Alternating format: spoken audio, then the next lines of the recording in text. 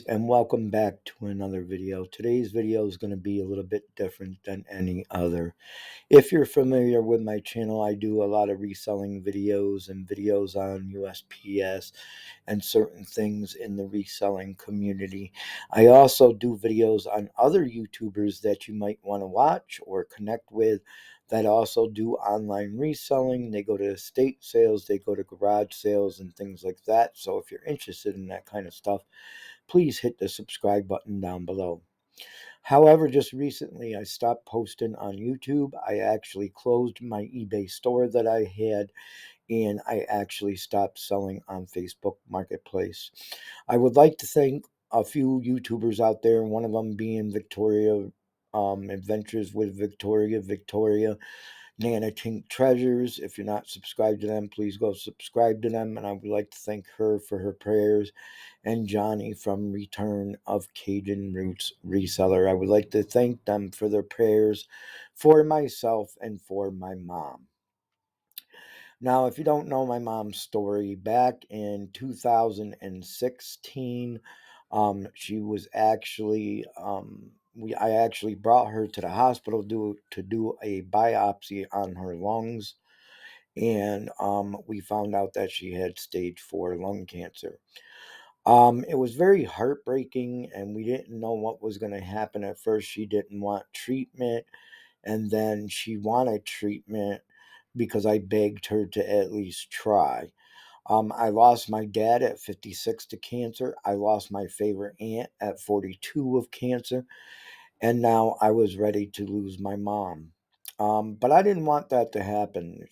My mom didn't want chemo or any radiation at first because she seen what my 42-year-old aunt went through, and she did not want to go through that. But I begged her to at least try it, to see if it affected her. I says, if it affects you, you get sick, whatever, we could stop and just let what's going to be. Well, she decided to do treatment, and she did very well with it. The lung cancer went down to probably a pencil point size, and then shortly, just not too long ago, she had another CAT scan done, and they found a spot on her spine. So at that point, she had radiation, one on her spine and one on her lung. She did fairly well with that. She did lose her appetite a lot. And what happened was she got her appetite back after a while. And I got her walking again and doing things on her own, like going to the bathroom on her own. But then shortly after that, her appetite plunged again, and she stopped eating so much. And she was never really a big eater, but she ate enough to keep her weight up. Well, that totally changed. And then on another CAT scan shortly after that, it showed that she had a spot on her liver. And the doctor didn't know if it was a cancer spot or if it might have been an infection.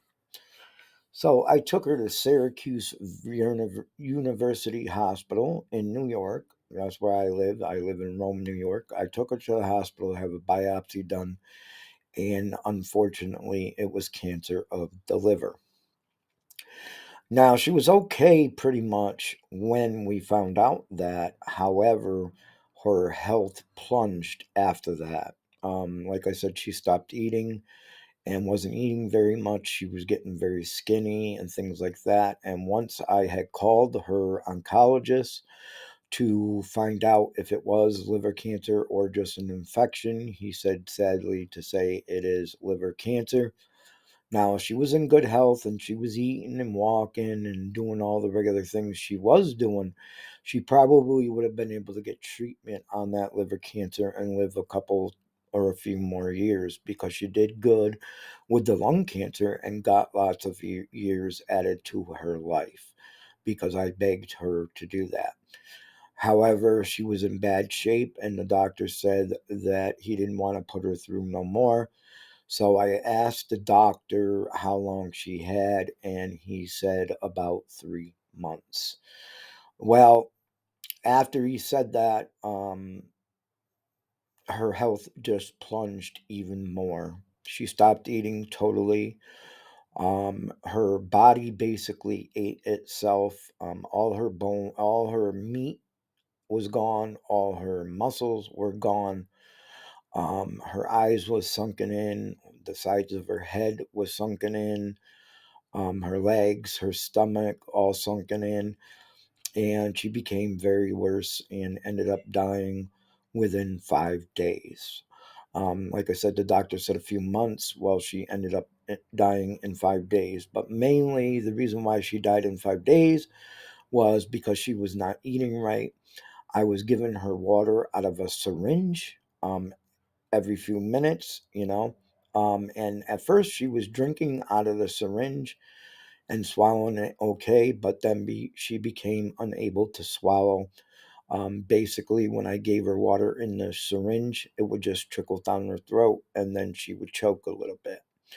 So I was very careful just to give her a little bit of water from a syringe now and then to keep her mouth moist and wet. And sadly, she passed away on February 5th at about 10:30 p.m. And that was one of the hardest things I've ever had to go through. My daughter wanted to be here when she passed away because of the simple fact is she wanted to support me and things like that. And she was on her way up.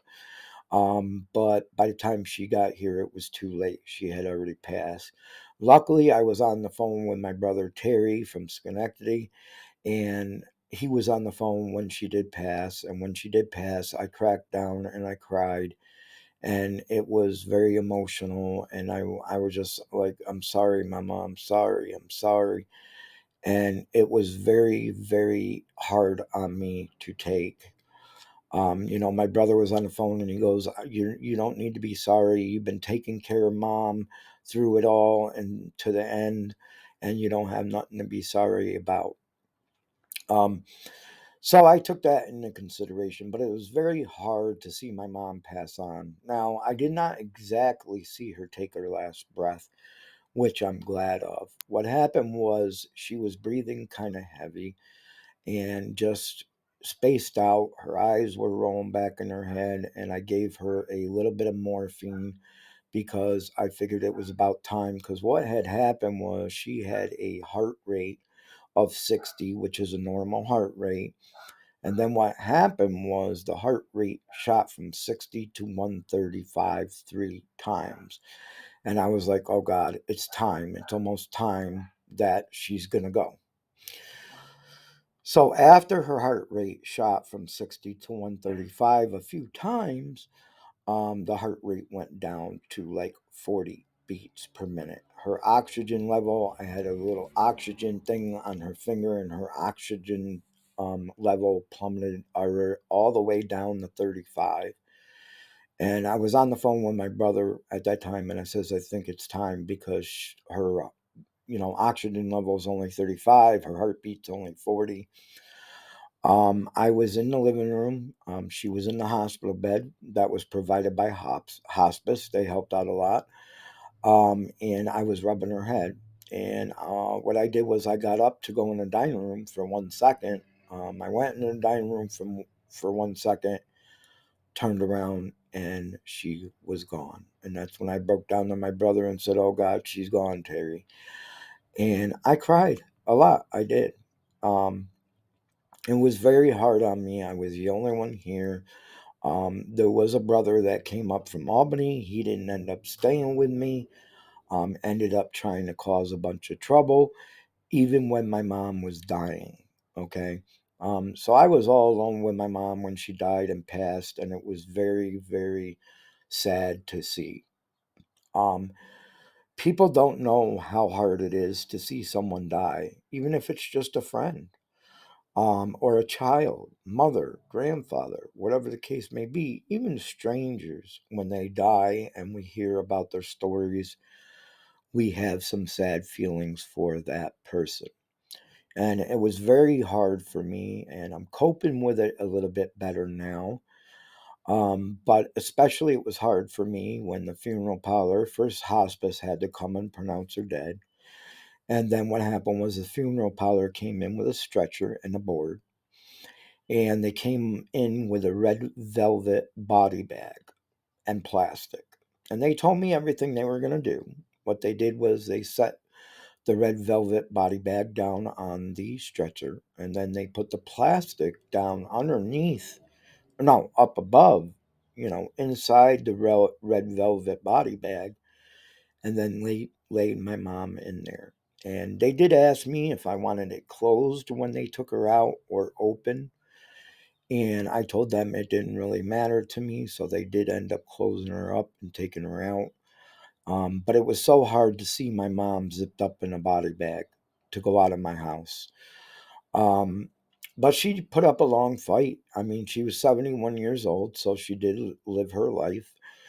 And then yesterday, when I was cleaning out her stuff, trying to get my house situated and cleaned up and throwing out a lot of things, I came across a letter that she actually wrote me in 2016 and never gave me. And it was very touching because she thanked me for all I did for her, sticking by her, thanked me for taking her to wrestling and out to dinner with her granddaughters, and said she had a happy life and a pretty good life and that she loved it. And that was very touching to me, and it made me sad again and almost cry again because I did not even know she wrote that letter to me. I found it in a notebook stashed in her stuff. So that was very touching to me. So I just want to thank them people for the prayers and everything. I'm going to be doing more videos on YouTube now. I'm going to be starting back up. I did stop reselling on eBay and Facebook Marketplace, but I just actually placed a few listings on Facebook Marketplace. I am not going to start eBay again.